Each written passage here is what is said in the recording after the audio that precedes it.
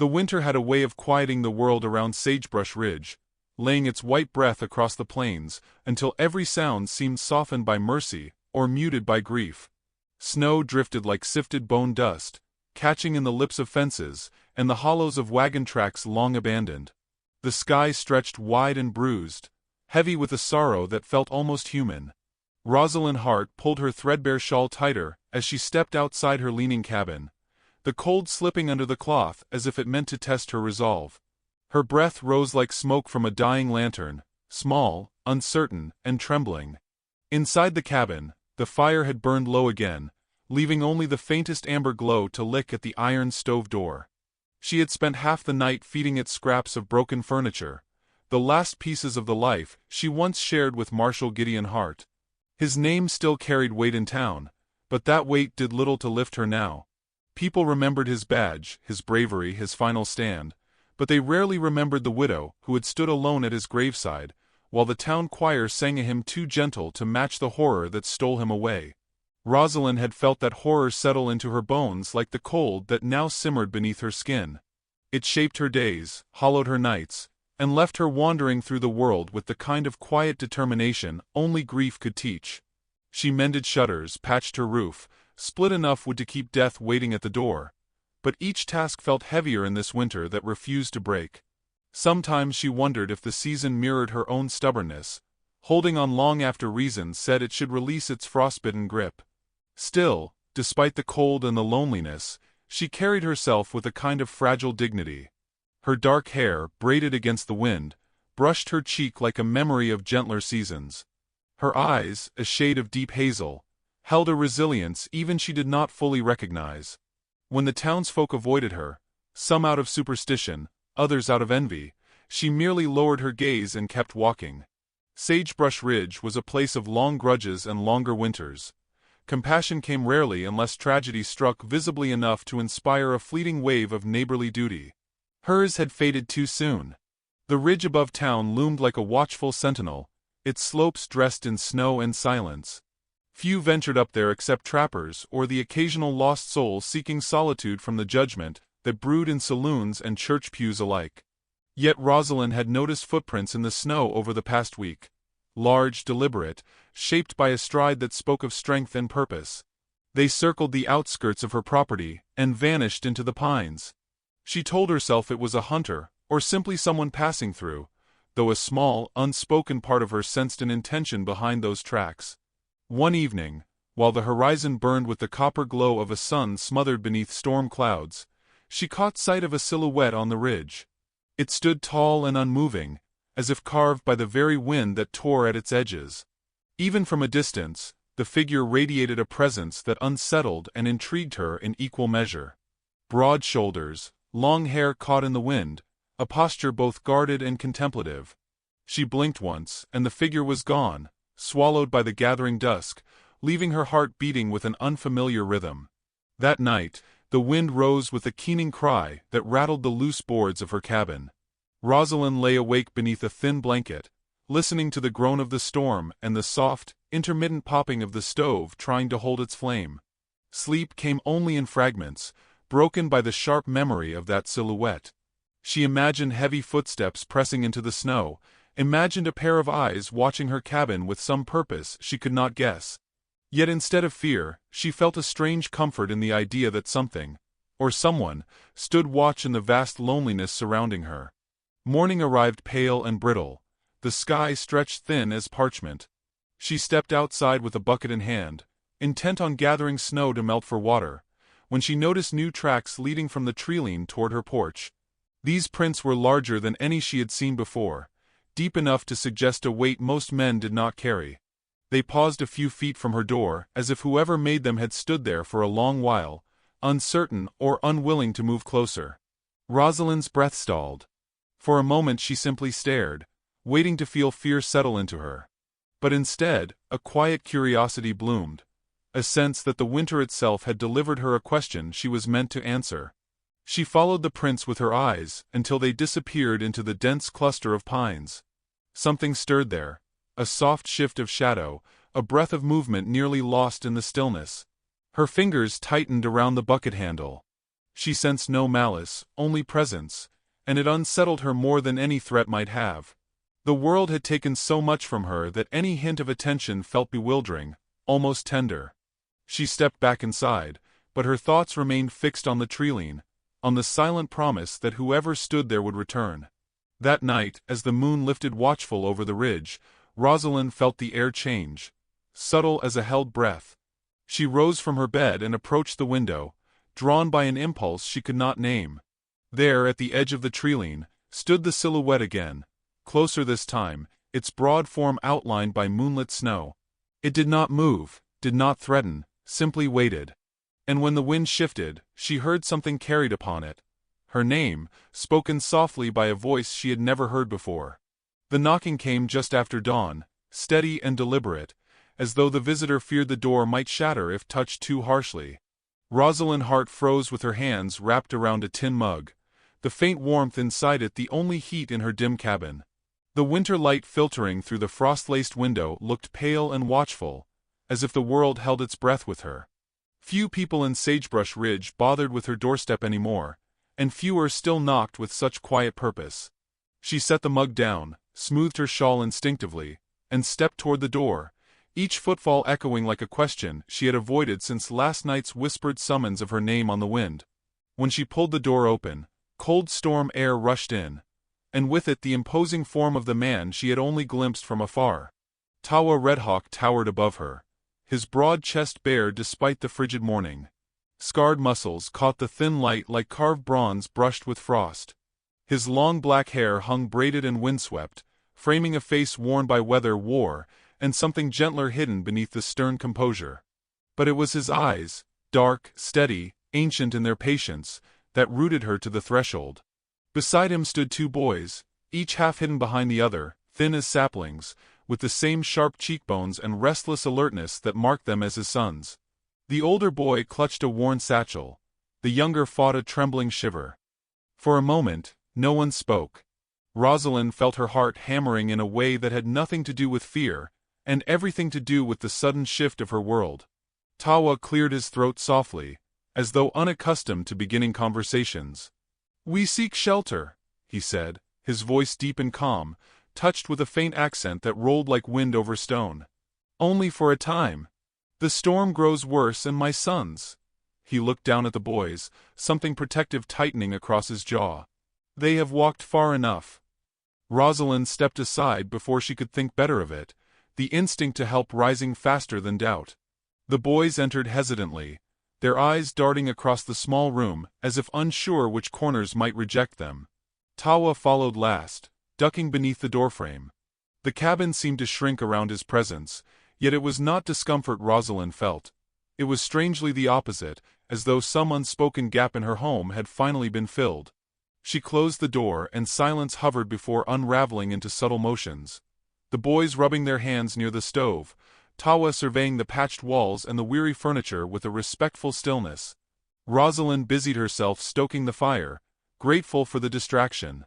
When she glanced up, she caught Tawa watching her hands with an unreadable expression, as though he studied the woman who kept such a fragile fire alive.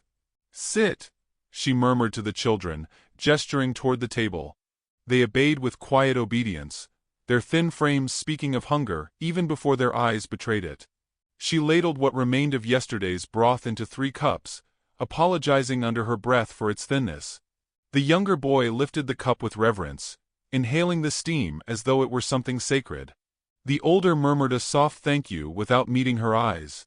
Something inside Rosalind softened, her loneliness bending painfully toward these two strangers who carried the unmistakable shape of need. Tawa remained standing, arms crossed loosely as he observed his sons eat with measured restraint. Rosalind sensed he was waiting for her to speak first, so she stepped forward, fingers twisting in her shawl. "The tracks," she said quietly. "I saw them. And, last night, were you the one at the treeline?" "I was," he answered without apology. "I meant no harm. Only caution." He hesitated, then added, "I watched because I needed to know if you were kind." Rosalind felt the words settle in her chest, heavier than expected. "Why me?" she whispered, not out of pride but bewilderment. He took a breath, as though this answer cost him something. Because winter does not spare thee alone. And you? His eyes traveled over her cabin, her thin shawl, the fatigue etched along her cheekbones. You are alone. The truth stung, but she did not deny it. She held his gaze, steadying herself. You came to ask for shelter? For more than that, he replied, low and certain. He stepped closer, his height casting a long shadow across the wooden floor. My sons need a home. A roof that will not collapse. A fire that will not go out before dawn. And you? He paused, searching her face as though reading a truth she had not spoken aloud. You need someone who will stand between you and the world's cruelty. Her breath caught. The audacity of his words bordered on impossible. Yet there was no arrogance in his tone, only a solemn offering shaped by survival and quiet desperation. Still, her pulse quickened with caution. Are you proposing? She could not finish. A joining of lives, he said simply. Not of affection, not now. But of necessity. A promise of safety in exchange for shelter and care. I offer my strength, my labor, and my loyalty. He glanced at his sons. They offer their trust if you prove worthy of it. The room felt suddenly smaller, the air warmer, her heart louder.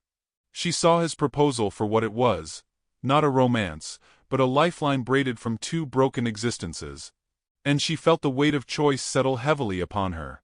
To accept him would mean judgment from the town, whispers sharper than winter wind, consequences she wasn't sure she could bear again. But to refuse him would mean turning away 3 souls the world had already bruised enough. She looked at the boys, the older watching her with guarded hope, the younger gripping his cup as though anchoring himself. When she turned back to Tawa, she found him waiting with the patience of someone who had weathered more storms than she could imagine. Stay for the night, she said finally softly. We'll speak again in the morning. For the first time, something like relief flickered across Tawa's expression. He nodded, slow and grateful. But as Rosalind moved to add more wood to the fire, she felt the faintest tremor beneath the floorboards. A subtle shift in the world, as though some fate outside her door had begun turning its wheels. And when the wind rose, it seemed to whisper a warning she could not yet understand. The news reached Sagebrush Ridge by sunrise, carried on the breath of gossip as swiftly as smoke from a brush fire. Before Rosalind Hart even stepped into town, Martha Pike was already leaning across the mercantile counter, whispering loudly enough for every ear within reach. The widow's taken in that Apache and his wild boys, she declared, her voice sharp with suspicion and excitement. Living under her roof. Imagine the shame of it. By the time Rosalind pushed open the swinging doors of the mercantile, the whispers had grown into something that followed her like a second shadow, brushing against her coat with every step. She kept her chin lifted, but her pulse thudded unsteadily in her throat. Tawa Redhawk walked beside her, his stride slow and deliberate, not out of hesitation but respect for her smaller pace. His massive frame drew every eye, yet he did not shrink beneath the gazes. Instead, he carried himself with a quiet dignity, as if refusing to bend to the weight of judgment. His sons trailed closely behind, Little Wolf examining every shelf with alert curiosity, Running Bear keeping near the door, cautious and observant. Though the townsfolk stared, there was no mockery in the boys' faces, only the guarded watchfulness of children who had learned to measure danger in silence. Rosalind collected items with steady hands, flour, a spool of thread, a wedge of soap, and tried to ignore the murmurs that rippled after her like cold wind. She had endured the town's scrutiny before, but bearing it now with Tawa and his sons beside her made each whisper feel heavier, more personal. Tawa noticed. When they reached the counter, he spoke low enough for only her to hear. These people do not know you, he said. But I am learning. His words, simple and sincere, unlocked something in her chest that she had not realized was clenched. Back at the cabin, the day unfolded in slow, unexpected harmony. Little Wolf asked if he might help chop wood, and though Rosalind hesitated, Tawa nodded his approval. The boy lifted the axe with surprising competence, splitting logs in steady strokes that echoed across the frost-hushed yard. Running Bear followed Rosalind to the chicken coop, quietly mending the broken latch without being asked. She watched him work, marveling at the careful patience in his small hands. Each task performed by the boys stitched itself into the fabric of her home, thread by thread. Inside, Tawa examined the sagging porch beam, his fingers tracing the worn grooves. "This will not last another storm," he murmured. Before Rosalind could protest, he had already stripped off his coat and begun the work. She stood in the doorway, caught between admiration and worry, noticing the way the winter light softened his hard features, revealing the gentleness layered beneath. He moved with purpose, not to impress her, but to restore something broken, and that simple act unsettled her more deeply than any declaration could have. As noon approached, the boys gathered around the small table, shy but hopeful. Rosalind served them biscuits warmed over the stove. Little Wolf's eyes lit with gratitude, while Running Bear's expression softened into something almost vulnerable. When they ate, Rosalind found herself studying their faces, the resemblance to their father, the ways they mirrored each other, the thousand unspoken stories etched in their silence. And in that moment, she felt the fragile beginning of something she could not name. Later, Tawa stepped inside, brushing snow from his shoulders. "Your porch will hold," he said. "For now." Rosalind felt a warmth rise beneath her collarbone. "Thank you," she whispered, surprised by how much the repaired beam meant to her. Tawa's gaze held hers, steady and searching, and something unspoken passed between them. A quiet recognition of two people who had endured more than they could articulate. In the afternoon, she taught the boys their first English words. Little Wolf repeated each syllable with fierce determination, while Running Bear whispered them under his breath, testing the shape of every letter with care. Tawa watched from across the room, his eyes softening with a pride that made Rosalind's throat tighten. When she caught him looking at her, he offered a rare, gentle smile, one that shifted something deep within her, as though a locked door inside her heart had opened a fraction. But the peace did not follow her into town. When she walked to the well that evening, whispers circled her like vultures. Reverend Amos Cutter approached with a troubled expression. "Rosalind," he said gently, "the town is concerned. People talk." She drew in a long breath, bracing herself. "Let them." The Reverend's eyes widened slightly. "You've always cared for the community's regard." "Not anymore," she answered, surprising even herself. "Survival leaves little room for vanity." Returning home, she found Tawa kneeling by the fire, showing his sons how to shape kindling with a knife. The scene struck her like a blow. A family forming without ceremony, woven together by necessity, warmed by shared breaths in a winter too long and too cruel. For the first time since Gideon's death, her cabin felt alive. When the boys noticed her, they straightened instinctively, as though wanting to earn her approval. The tenderness of it made her chest ache. As dusk settled, Tawa stood beside her outside the cabin. The sky burned in shades of violet and ember. He spoke quietly. "You gave us warmth today. More than the fire." Rosalind felt her breath catch. "It felt natural having you here," she admitted. He nodded, eyes turning toward the distant glow of town. "Yet they wish us gone." She looked up at him, surprised by the raw honesty in his voice. "But you will not leave?" His answer came after a long moment. "Not unless you command it." Her heart fluttered with something deeper than gratitude, something fragile and frightening and new. She turned toward the door, uncertain how to respond, but before she could speak, a sound cracked through the stillness. A horse in the distance, riding hard, its hooves cutting sharp warnings into the frozen earth. Tawa stiffened, his hand instinctively reaching for the knife at his belt. Rosalind felt the world tilt, her breath turning to glass. Whoever approached carried urgency, and urgency never came without cost. The horse drew nearer, its shadow long across the snow, and Rosalind sensed the fragile peace of the day slipping through her fingers like melting ice. Whatever truth the rider brought, it would not be gentle.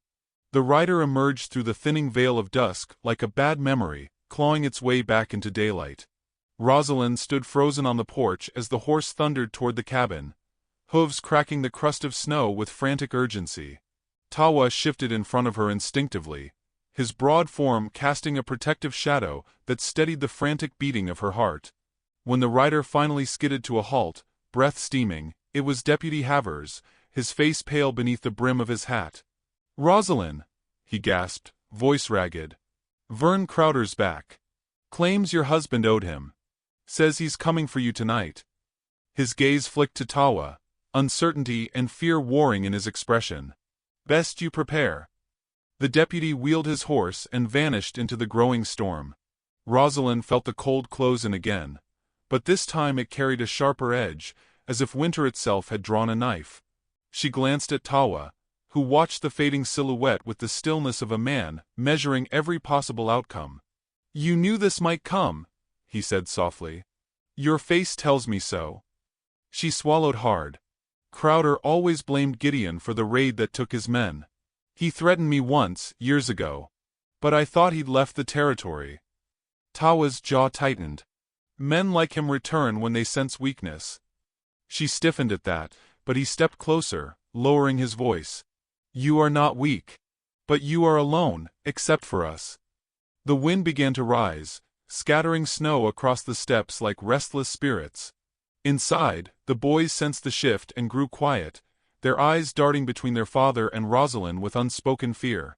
Tawa knelt before them, his massive hands resting gently on their shoulders. Stay close to the hearth, he murmured. Watch over each other. No matter what you hear. His voice, though calm, carried the weight of old battles and scars earned in darker winters. Rosalind watched him, struck by the contrast between his size and the tenderness with which he held his son's trembling gazes. The storm gathered like a living thing, thickening the air until the world outside blurred into a wall of white. Rosalind lit every lamp she owned, the flames flickering as if uncertain whether they should endure. Shadows stretched long across the logs, turning the cabin into a fragile sanctuary perched on the edge of calamity. Tawa paced the room with slow, measured steps, eyes scanning doors, windows, corners. Any angle a desperate man might exploit. Rosalind found herself moving with him, mirroring his vigilance, her palms damp despite the cold. When Tawa stopped, she stopped too. You want to go out there, she whispered. He did not deny it. If I meet him before he reaches this place, he may turn back. Or kill you, she countered, voice trembling. He studied her as though seeing something precious she had not intended to reveal. My life is not what needs protecting, he said. Yours is. Her breath faltered. It had been a long time since anyone had spoken her worth aloud. Tawa, she murmured, stepping closer. I cannot lose another man to violence. I won't survive it. His expression softened, every line of tension shifting. Then I will not fight unless I must.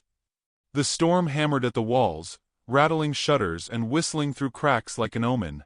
Hours stretched thin, taut as wire. Each passing moment tightened the coil of dread in Rosalind's chest. She kept watch by the window, her breath fogging the glass, her hands gripping the sill. The forest beyond swayed under the weight of snow, branches creaking like old bones. Tawa stood behind her, silent but solid, a presence she leaned on without realizing she had moved. Then, through the storm's howl, came a sound that severed the fragile calm, a distant shout, coarse and triumphant, carried on the wind. Rosalind's stomach dropped. Tawa stepped forward, his entire body bracing. He is here. The words settled in the room like falling stones. The boys huddled together, their fear palpable. Rosalind fought the urge to shield them with her own body. Tawa moved to the door, but she grabbed his arm, surprising both of them. Stay. For a heartbeat, he hesitated. Then he nodded. The door shuddered under a violent blow. Rosalind Hart. Vern Crowder roared from the other side. Time to pay for what your righteous husband stole. His voice held a cruel satisfaction that made Rosalind's spine stiffen. Tawa positioned himself between her and the door, every muscle drawn taut. Crowder slammed again, then again, until the latch splintered and the door yawned open, letting in a gust of snow and a man shaped by bitterness.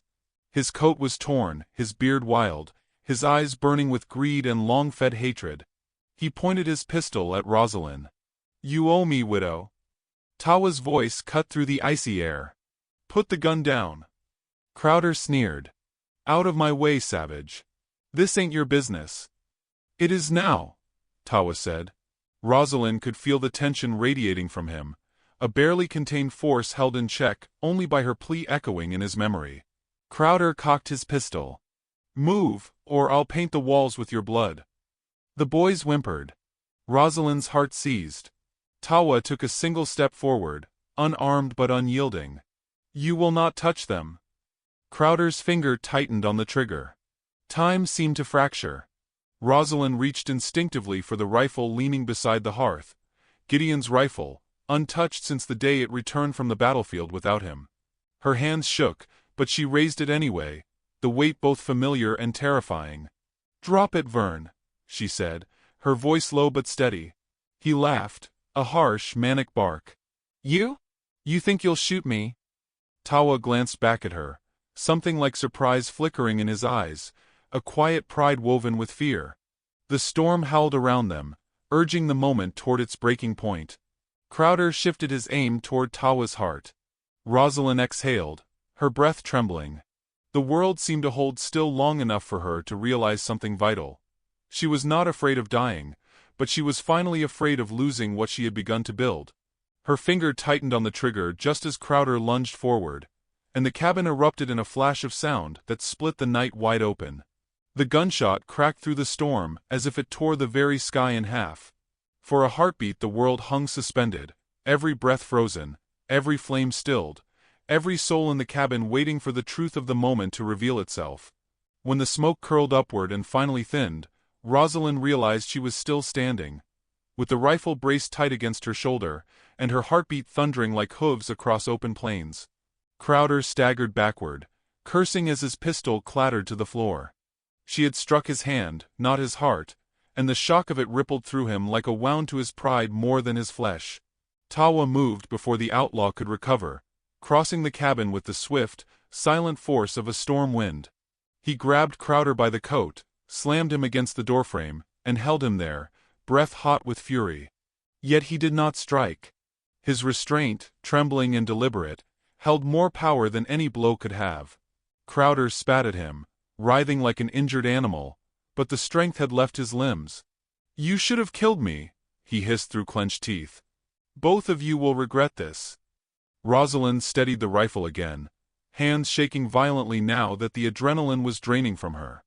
"No," she said. "I regret nothing." Her voice was soft but steeled by something she had not felt in a long time, her own sovereignty.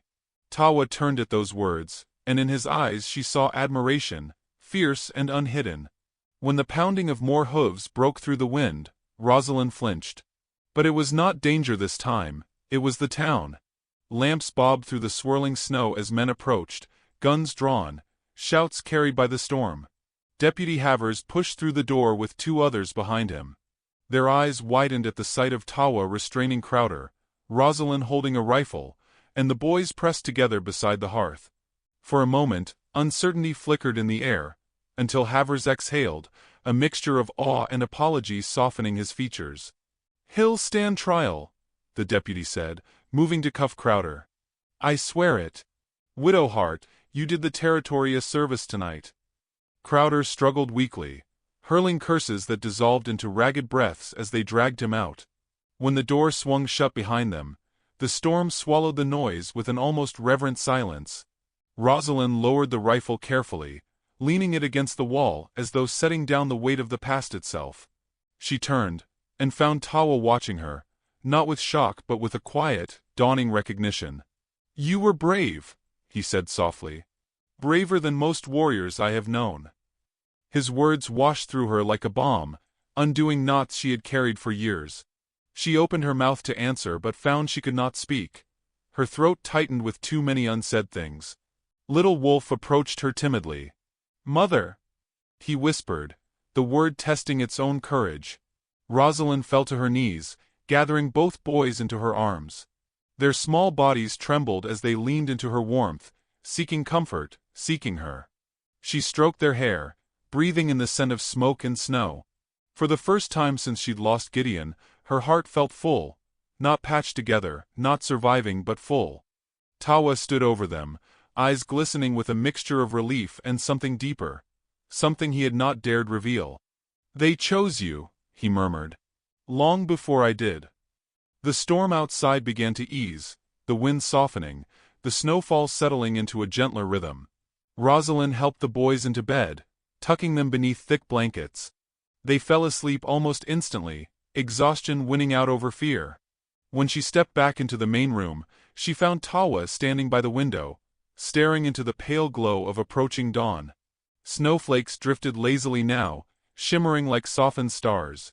"Will they truly take him to trial?" Rosalind asked quietly, joining him. "Or will the town turn a blind eye once more?" Tawa's gaze remained fixed on the horizon. "Tonight they saw you. Not the widow, not the outcast. You defended your home with courage they could not ignore. They may judge me, but they will not deny you." His voice vibrated with a restrained certainty that made her chest tremble. She touched the windowpane, feeling its cold seep into her palm. "I never wanted violence," she whispered. "But I suppose I always feared it would find me again." Tawa turned toward her, expression softening. "Violence found you because you stood alone. You are no longer alone, Rosalind." Her breath caught. The weight of his words pressed against her ribs like something fragile yet undeniable. She looked up at him, searching his face for the sincerity she already knew was there. He took a step closer, the floorboards creaking beneath his immense weight. "I gave you my son's safety," he said slowly. "But I offer you my trust as well." Rosalind felt the warmth rise behind her eyes. Not tears of sorrow, but of recognition. "And I offer you mine," she whispered. "Not out of fear, but choice." The first golden edge of dawn broke over the ridge, bathing the snow in shimmering amber. The storm clouds drifted apart, revealing a morning sky that seemed to breathe with possibility. The light spilled into the cabin, catching Tawa's profile, illuminating the worn scars that marked his past and the gentler lines that whispered of his resilience. Rosalind stepped closer, drawn by something deeper than gratitude, deeper than relief, drawn by a connection forged in shared fear, shared courage, and the fragile hope of a new beginning. Tawa reached out, his hand hovering inches from her cheek, as though asking permission without words. She leaned into the unspoken invitation, her cheek brushing his warm palm. His breath hitched, the small sound carrying more tenderness than any declaration.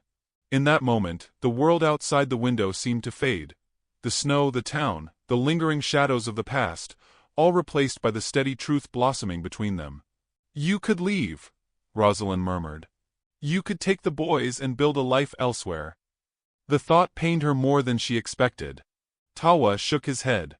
"The roots we planted here tonight reach deeper than fear. I will not pull them free." A fragile smile curved her lips. "Then stay," she whispered. "Not just through winter. Stay through whatever comes." He lowered his forehead to hers, a gesture of reverence and promise older than any vow spoken in a church or under open sky. "I will," he breathed. Silence wrapped around them, warm, protective, new. Outside, the dawn unfurled across Sagebrush Ridge, lighting the world with gentle fire. Rosalind felt its glow inside her, spreading through all the cold places that had once defined her. She turned toward the doorway, drawn by an impulse she couldn't explain. When she stepped outside, the snow crunched beneath her boots, crisp and clean, untouched by the chaos of the night. Tawa followed her, standing close enough that she felt the heat radiating from him even in the chill. Together they watched the sun rise, the light spilling in golden ribbons across the valley, painting their footprints into one continuous trail leading back to the cabin. It looked like the beginning of belonging, the beginning of something strong enough to weather every season still to come. And just as Rosalind reached for Tawa's hand, ready to entwine her life with his in a way that felt as natural as breathing, a distant echo drifted from the direction of town, faint but unmistakable. Hooves, swift and urgent, carrying news that would test the fragile peace they had only just begun to claim.